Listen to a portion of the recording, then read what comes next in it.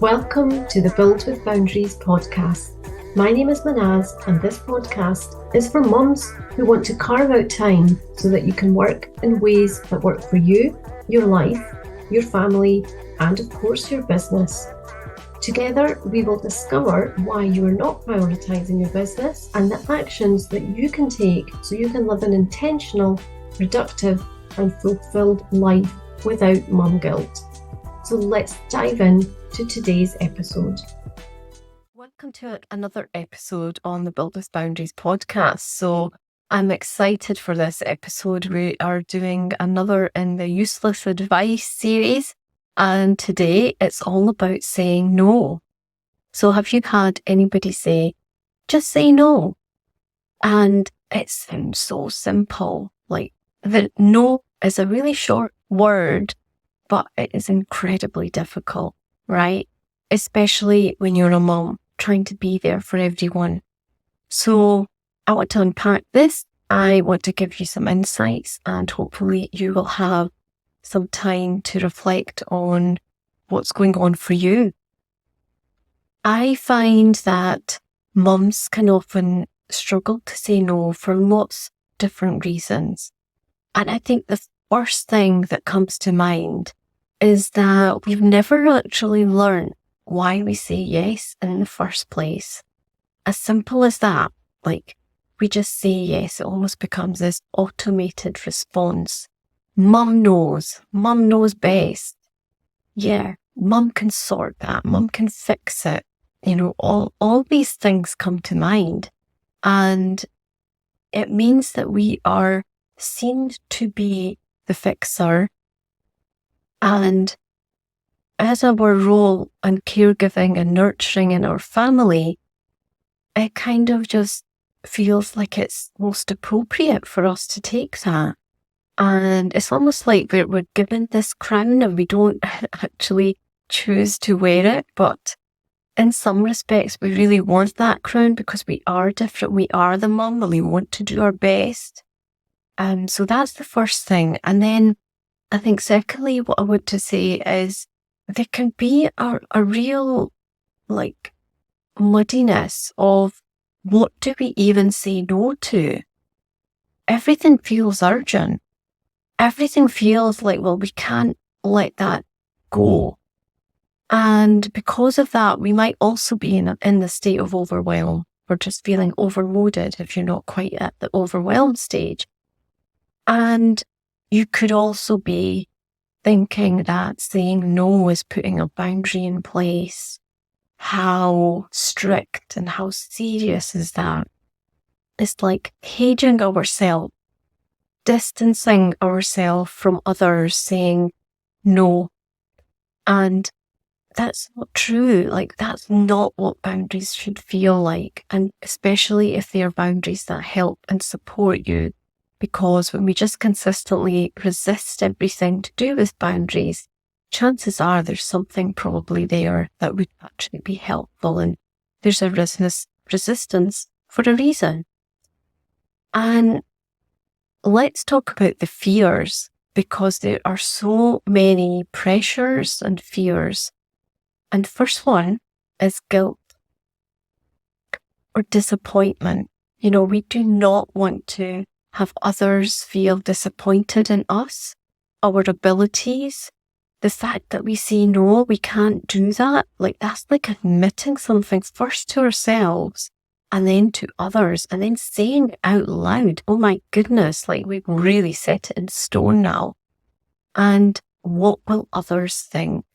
This whole idea or a fear of being judged. And also, when you say no, you also feel that other people are judging you for being selfish. Because, you know, you're saying no. That means you're putting yourself first.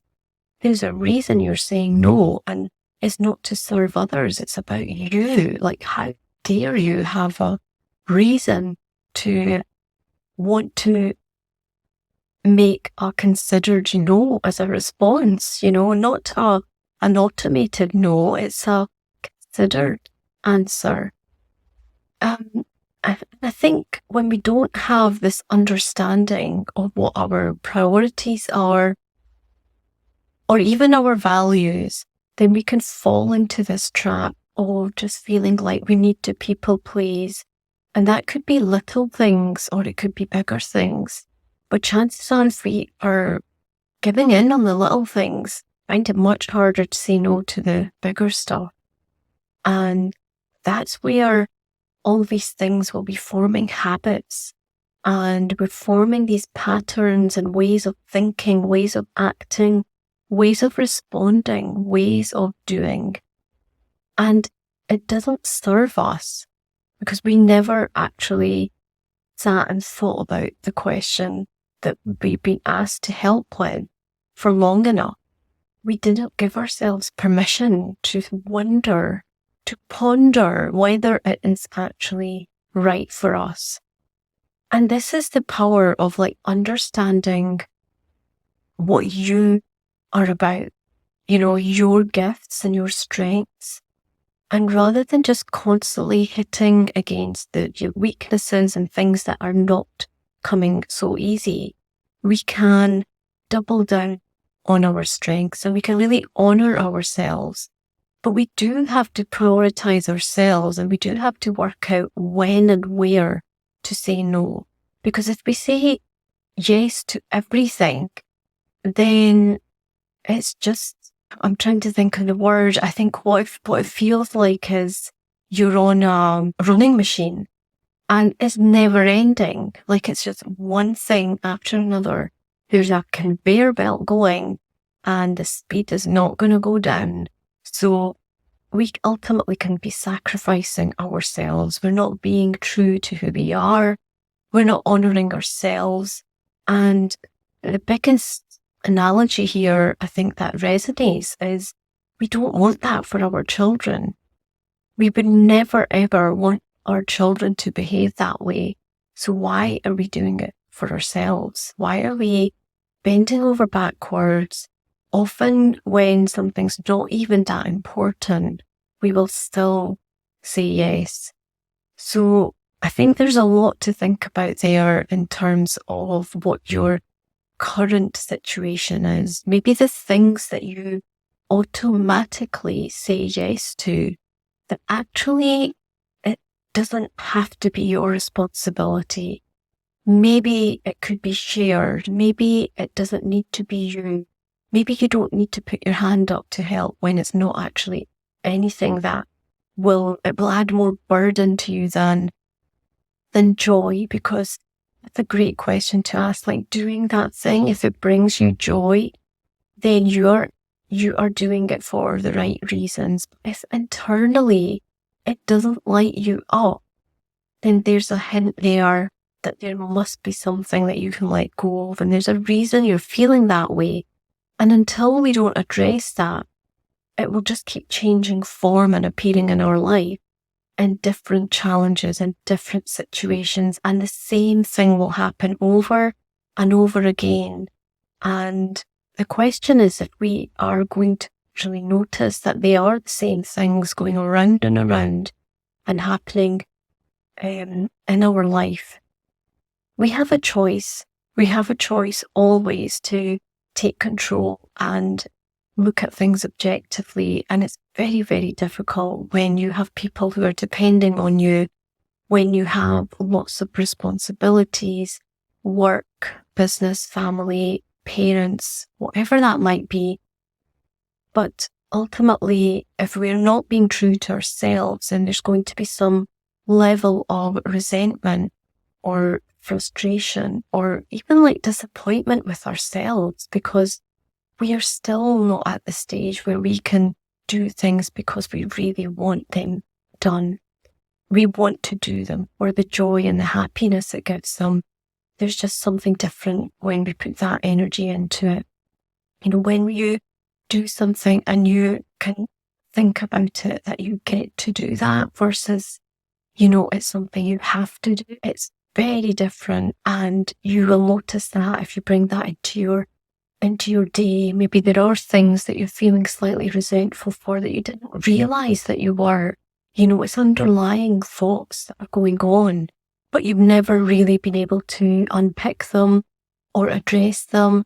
And, one day moves on to the next. So it's not like we're stuck on that same thought, but subconsciously the same thing is happening and it's patterns that are building. And this can happen for years before we realize. So any work we can do to recognize that earlier and earlier is so important. And it's important for us, our health and our well-being, our stress levels, and also being able to be there for our loved ones. Because when we're stressed, we're not really much use to anyone. And often you'll find, when you get that chance, maybe you take a break, maybe you go away for a weekend or something.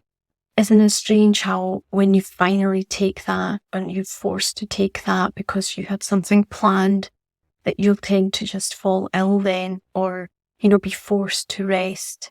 And that's not the cycle that you want to be on, where you have to have these things happening to you that feel like they're very much happening to you. You're not part of that decision-making process.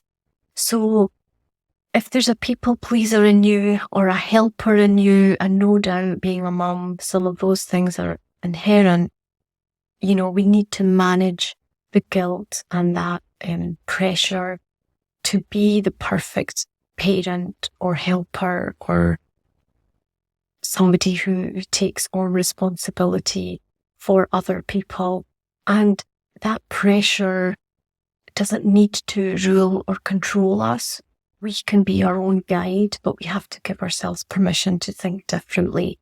And when we start thinking differently, then that's where the true power lies. Because when we start questioning those thoughts, when we start truly discovering more about ourselves, we have been on the planet for however many years, but it doesn't mean that we know it ourselves inside out. We actually don't. And there are so many things that other people will see in you that you don't see. And this is why I bring human design element into working with my clients. And I feel that human design brings such a unique perspective. And having worked with several clients on this and seeing the insights that people get from just the very first moment that they get the reading, it's fascinating. And it's a great way for us to get another perspective on us. It's about doing our own inner work and recognizing and accepting who we truly are, and then honoring that in practice and implementing things that we can do to make our life easier. Things like navigating decision making, how you approach things and how you react to things, how you are best serving yourself, and maybe even common areas that you might fall into. They are like the insights are huge, and I can't wait to share more. There will be more episodes coming in a new series where we actually, I will unpick somebody's chart and actually share details about them and share what that means. Because when we get to see those examples, it's really just so beautiful to see how in-depth human design can be.